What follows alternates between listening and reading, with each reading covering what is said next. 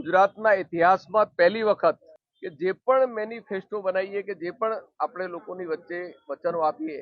એ પ્રજાલક્ષી હોવા જોઈએ. આપણે જોયું હશે કે આ વખતે કોંગ્રેસના સંગઠનના મારફતે ચૂંટાયેલા પ્રતિનિધિઓ મારફતે કોંગ્રેસ લોકોના ઘેર ઘેર ગઈ, લોકો પ્રજાના દ્વારે ગઈ, એમની સાથે ચર્ચા વિચારણા કરી, એમના મૂળભૂત કયા મુદ્દાઓ છે એ મુદ્દાઓને જે તે વિસ્તારની અંદર શું સ્થાનિક પરિસ્થિતિ છે એ બધા મુદ્દાઓને ધ્યાનમાં રાખીને ગુજરાતની અંદર આજે અમે જિલ્લા વાઇઝ, શહેર વાઇઝ દરેકના જુદા જુદા પ્રશ્નો છે ને એ રીતે જ અમે આજે જે પ્રજાલક્ષી મેનિફેસ્ટો બનાવ્યો છે. આ મહાનગરપાલિકામાં સત્તા ઉપર આવશે તો અમારો પ્રથમ જે ધ્યેય એ જ હશે કે લોકોને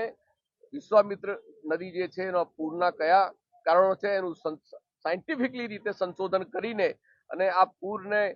કઈ રીતે ડાયવર્ટ કરી શકાય, કઈ રીતે આ ફ્લડમાંથી લોકોને જાનમાલ અને લોકોની ઘર વખરી અને એમને સુરક્ષા અને સલામતી આપણે આપી શકીએ એ દિશામાં કોંગ્રેસ ખૂબ ગંભીરતાથી વિચારશે. અમે કમિટમેન્ટ આપીએ છીએ કે સર સયાજીરાવ ગાયકવાડનું વડોદરા પાછું લાવીશું, 2 ટાઈમ પીવાનું ચોખ્ખું પાણી આપીશું, સારા રોડ રસ્તા આપીશું, ડ્રેનેજની સુવિધા આપીશું અને આ ભ્રષ્ટાચારી શાસકોના પાપે જે દર વર્ષે આ વિશ્વામિત્રી નદીમાં જે પાણી આવે અને એ પાણી વિશ્વામિત્રી નદીમાં જે ગેરકાયદેસર બાંધકામ કર્યા છે જેના કારણે લોકોના ઘરોમાં પાણી આવે છે, ત્યારે એ તમામ ગેરકાયદેસર બાંધકામો પણ અમે હટાવીશું